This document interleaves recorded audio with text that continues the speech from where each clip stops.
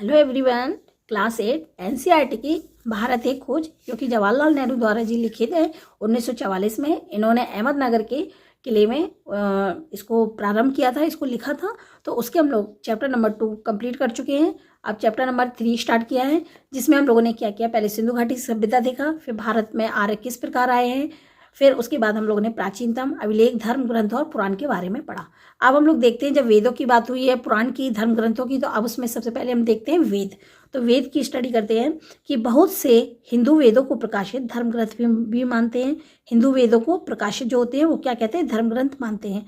उनका असली महत्व इस बात का उद्घाटन करने के कारण है कि विचारों की आरंभिक अवस्था में मानव मस्तिष्क की कैसे अपने को व्यक्त किया गया था।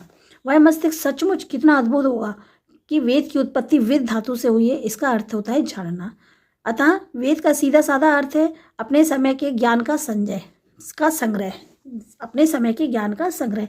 ना मूर्ति पूजा, ना देव मंदिर। वैदिक युग के आर्यों में जीवन के प्रति उनकी उमंग थी कि उन्होंने आत्मा पर बहुत कम ध्यान दिया है। वे मृत्यु के बाद किसी भी प्रकार के अस्तित्व में बहुत स्पष्ट ढंग से विश्वास करते थे। इसमें ये क्या है कि जो बहुत से हिंदू वेद थे, वो सबसे पहले क्या है, हिंदू वेद को उन्होंने एक क्या माना है, धर्म ग्रंथ माना है। और इसमें इस बात से यह उद्घाटन मतलब करने, इस बात से हम ये समझ सकते हैं कि उनका मस्तिष्क, मानव मस्तिष्क पहले कितना मतलब अद्भुत होगा कि जो उन्होंने वेद के बारे में सोचा। वेद का मतलब होता है जानना, यानी कि सीधी सादी भाषा में हम कह सकते हैं कि जो पुरानी बातें हैं, पुराना संग्रह है, पुराना जो हमारा वेद अभिलेख, जितना भी पुराना इतिहास है, उसका, उस जीवन का ज्ञान, यानी कि अपने समय के जो उसका समय है, अपने समय के ज्ञान का संग्रह।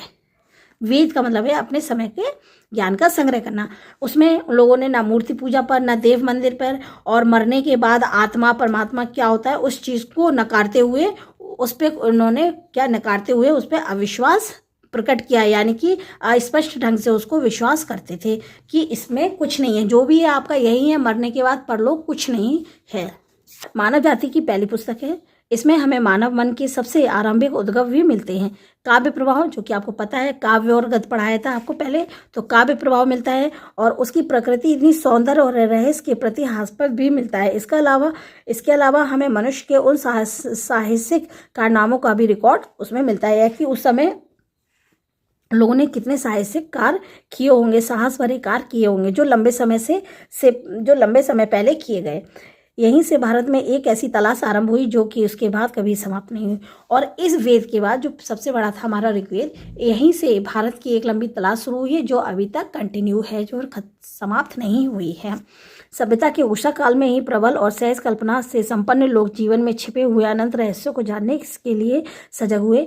उन्होंने अपनी सहज अवस्था के कारण प्रकृति के प्रत्येक तत्व और शक्ति के देव तत्व का आरोप किया, पर इस सब में साहस और आनंद का भाव भी था।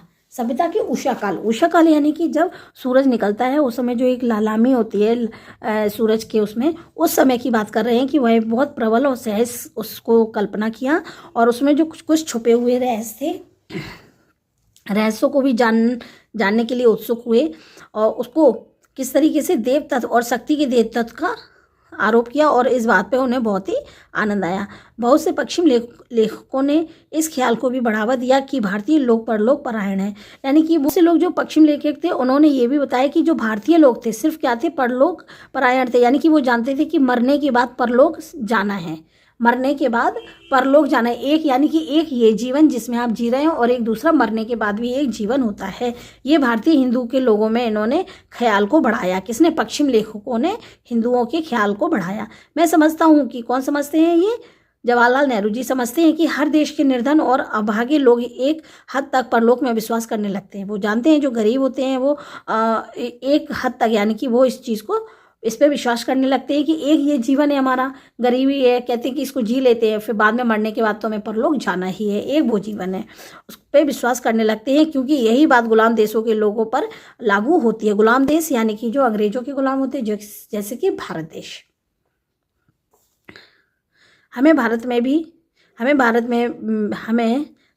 भी और स्थानों की ही तरह विचार और कर्म की ये दोनों समांतर विकसित होती धाराएं दिखाई पड़ती हैं।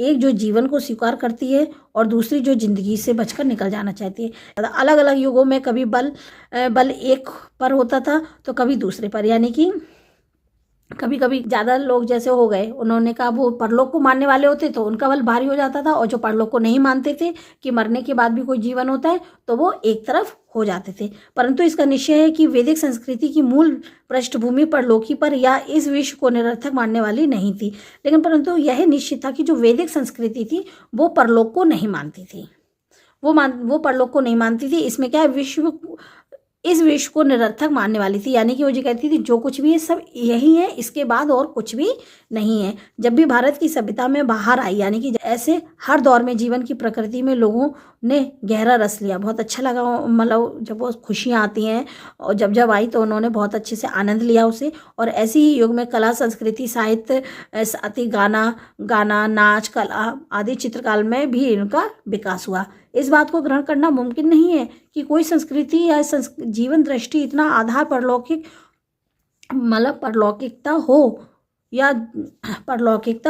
या जो विश्व को व्यर्थ मानती हो, इस सशक्त और विधिवत्तापूर्ण जीवन की अभिव्यक्ति के इतने रूपों की रचना कर सकती है।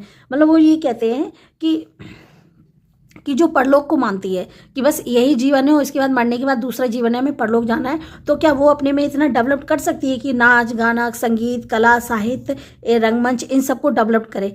ये सब संभव नहीं है। रूपों में इसकी रचना करना कोई संभव नहीं है। यदि वो उसको मानती है, तो यदि परलोक को मानती है वो सभ्यता, तो इन सब का डेवलप्ड नहीं करेगी। अगर इन सब का डेवलप्ड किया है, यानी कि वो इसको नहीं मानती है। कोई संस्कृति जो बुनियादी तौर पर परलौकिकतावादी होगी वह हजारों वर्ष बनी नहीं रह सकती।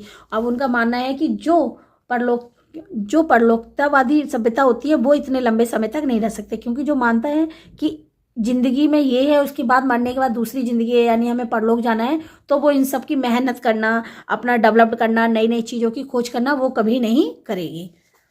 अब देखते हैं भारत संस्कृति की निरंतरता। हमें आरंभ में ही एक ऐसी सभ्यता और संस्कृति की शुरुआत दिखाई पड़ी, यानी कि शुरू में ही क्या दिखाई पड़ी, एक सभ्यता और संस्कृति की शुरुआत दिखाई पड़ी, जो तमाम परिवर्तनों के बावजूद भी आज भी बनी हुई है। तमाम परिवर्तन हुए लेकिन फिर भी आज बनी हुई है। इसी समय मूल आदर्श आकर ग्रहण करने लगते हैं और साहित्य और दर्शन, कला, नाटक, जीवन के और तमाम क्रियाकलाप इन आदर्शों और विश्व दृष्टि के अनुकूल चलने भी लगते हैं। इसी समय वह विशिष्टतावाद और छुआछूत की प्रवृत्ति का आरंभ भी दिखाई पड़ता है। फिर क्या पड़ता है, विशिष्टता और छुआछूत की प्रवृत्ति भी दिखाई देने लगती है, जो बाद में बढ़ते बढ़ते असह्य हो जाती है। यानी कि छुआछूत और इस सब की इतनी बढ़ जाती है कि फिर वो कैसी हो जाती है, असह्य हो जाती है, बिना सहन, मतलब उसको सहा नहीं जा सकता। इस प्रवृत्ति आधुनिकता युग की जाति व्यवस्था, जिसको हम क्या कहते हैं, जाति व्यवस्था, यानी कि ये छुआछूत, विशिष्टतावादी की, फिर इसमें विशिष्टता की कौन किस युग का है, कौन किस योग्यता को रखता है, इस तरीके से विशिष्टतावादी, फिर उससे छुआछूत की प्रवृत्ति आरंभ में दिखने लगी और दिखते दिखते बढ़ते बढ़ते इतनी हो गई कि उसको फिर सहा नहीं गया, असहनीय हो गई, जो कि आधुनिक युग में, यानी कि आज के युग में उसको क्या नाम दिया गया, जाति व्यवस्था। यह एक व्यवस्था खास युग में परिस्थिति के लिए बनाई गई है, एक परिस्थिति के लिए बनाई गई है, यानी कि जब जैसी परिस्थिति होती चली गई और इस व्यवस्था को लागू कर दिया। इसका उद्देश्य था कि उस समय की समाज व्यवस्था को मजबूत बनाना, उसे शक्ति और संतुलन प्रदान करना, किंतु बाद में यह उसी समाज व्यवस्था और मानव मन के लिए क्या बन गई थी, एक कारागार, यानी कि जेल की तरह हो गई थी। उसी समाज में उन्होंने अपनी सुविधा के लिए ये बनाया है, समाज व्यवस्था को मजबूत बनाने के लिए किया, उसे शक्ति और संतुलन की, हम अपने समाज को एक अच्छा शक्ति देंगे। लेकिन वो क्या हुआ, आगे जाकर वो उनके लिए एक सजा का रूप बन गई, यानी कारागार बन गई। फिर भी यह व्यवस्था लंबे समय तक बनी रही। फिर भी यह व्यवस्था इतना, मतलब वो कारागार की तरह लगी, तब भी यह व्यवस्था क्या है, जात पात है, जो जाति व्यवस्था है, वो लंबे समय तक चल रही है, बनी रही। उस ढांचे के भीतर बंधे रहते हुए भी, उस ढांचे में बंधे यानी कि एक में बंध गए उस ढांचे में, उसके बावजूद भी सभी दिशाओं में विकास करने की मूल प्रेरणा इतनी प्राणवान थी कि उसका प्रसार सारे भारत में और उससे और आगे बढ़ाने की पूर्वी समुद्रों तक हो गया। इतिहास के इस लंबे दौर में भारत अलग थलग नहीं रहा। इतना, मतलब इतिहास का जो इतना लंबा दौर रहा, आना जाना और इतनी सब, मतलब चेंजिंग हुई, कुछ डेवलप्ड हुआ, कुछ नए रूल्स बने, उसमें जो भारत था वो अलग थलग नहीं रहा, अलग नहीं रहा। ईरानियों और यूनानियों से चीन और मध्य एशिया तथा अन्य लोगों से उसका संपर्क भी लगातार बना रहा। 3-4 हजार वर्षों का यह सांस्कृतिक विकास और उसका अटूट सिलसिला कैसा था?